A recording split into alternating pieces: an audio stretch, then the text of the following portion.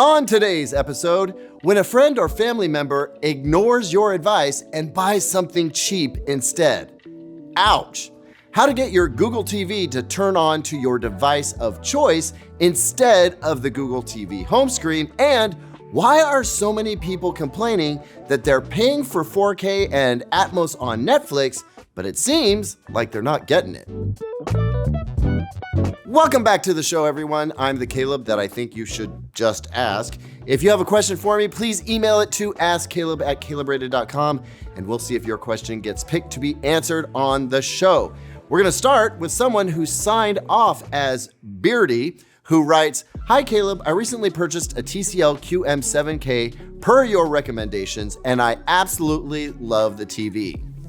My parents have a Panasonic Plasma that is 13 years old, and after seeing my new setup, are looking to upgrade. They aren't picky, so I recommended the TCL QM6K, but they ended up going with a Walmart Special Hisense M7 for less than $300.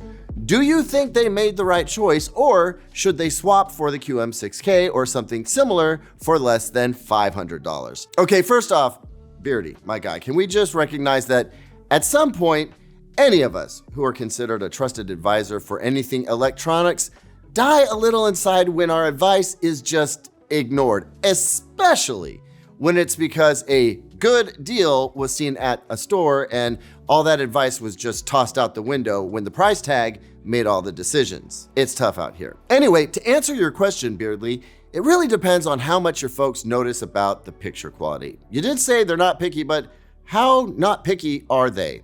And also, this isn't a Hisense versus TCL question. This is a much lower quality model in Hisense's lineup versus the significantly superior TCL QM6K. I don't think your folks will ever much care about the TCL's two HDMI 2.1 inputs or lower input lag, but the higher dimming zone count, the higher brightness, the better HDR handling, and probably much snappier Google TV handling, those are probably differences your folks will notice. What's hard, and I think you already picked up on this, is that they're coming from a Plasma, which, while still a good-looking TV, if it hasn't been run that much, will pale in comparison to a new, bright, shiny TV. So the M7 may look like an upgrade at first, but over time, I think they'll end up wishing they spent a bit more. If you can get them to do it, I'd have them trade for the TCL QM6K, but if it's already out of the box, maybe just let them stick with it and learn from their decision. They probably should have listened to you, and you can show them this video of me saying that. Gary writes, "Hi Caleb, prior to my last few Sony updates for my Sony A9F OLED TV, my Apple TV would be the only thing I would see upon booting up after the Sony splash screen.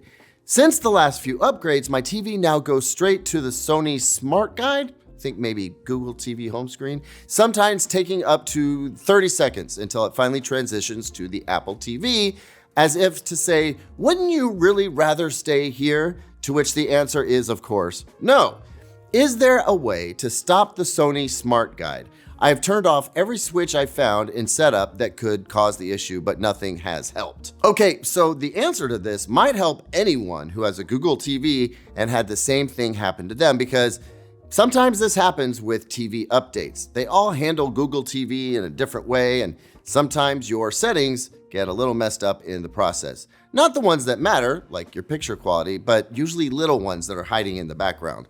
This is one of those times. But Gary, since you're the one who emailed, I'll address you and your specific Sony TV problem. I have a suspicion here, even though you said you have turned off every switch you found in the setup menu that could cause the issue. Because it's not what you turn off that matters here, I think. In fact, if you turned off Bravia Sync, which is what Sony calls its HDMI CEC function, that would actually hurt matters.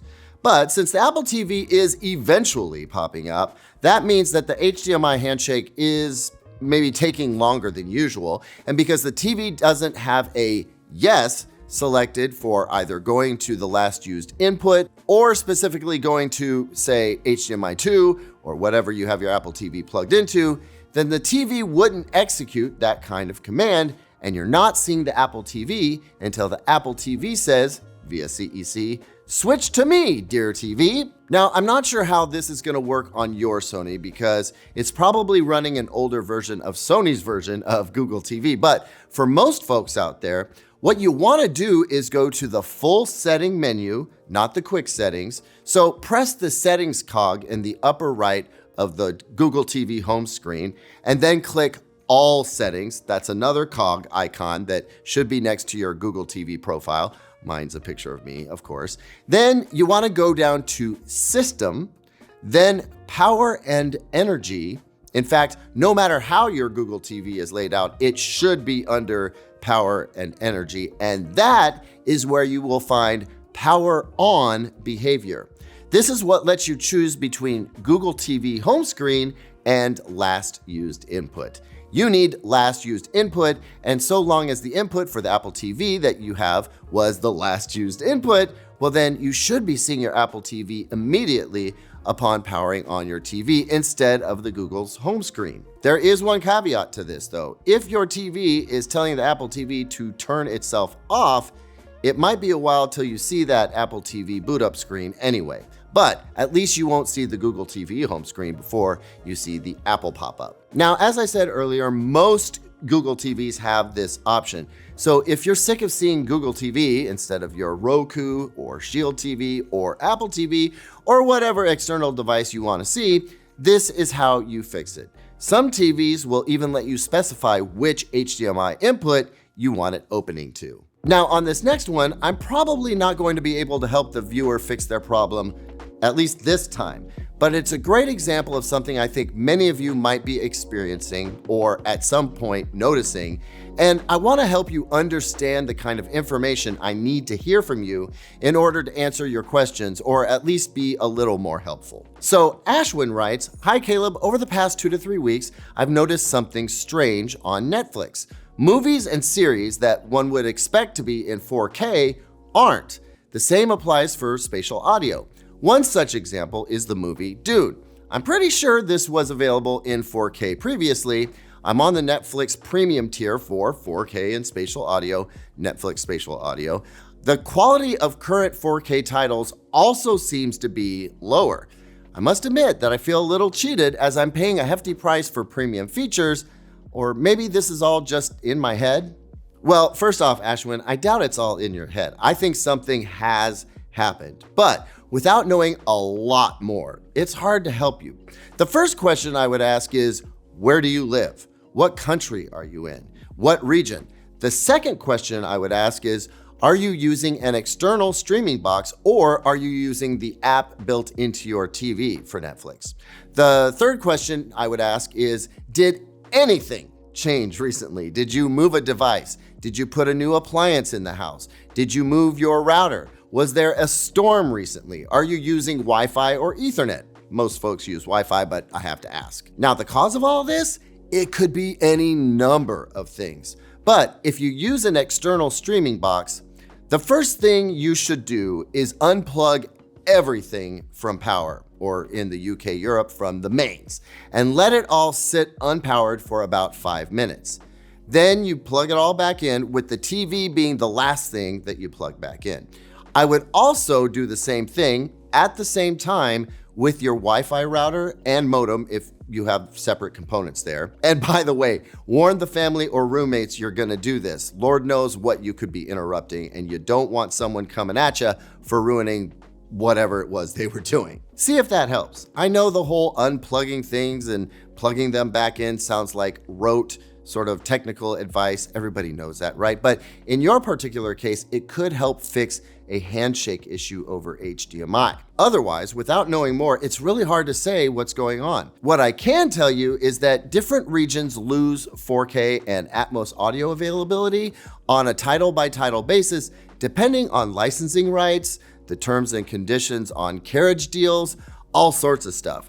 So if it seems like it should be available in 4K, but isn't, while other titles do say they're in 4K, then it is possible that the title just isn't in 4K anymore, or for the time being. But if Netflix says it is in 4K and or Atmos or whatever spatial audio is offered, and it seems like you aren't actually getting it, That's because Netflix can still technically deliver a 4K signal, but they can compress the hell out of it, lower the bit rate, all sorts of things to make up for a poor incoming signal to your network or a poor signal getting to your TV or your streaming device. And that's true of audio too. If you're not getting a really good signal, they'll just downgrade the audio as well. That's why in trying to help you, I wanted to A, make sure the HDCP handshake was happening correctly between your external device and your TV by restarting everything if you had one. B, check on your bandwidth and internet stability by resetting everything. C, find out if anything could now be interfering with your internet signal that wasn't before.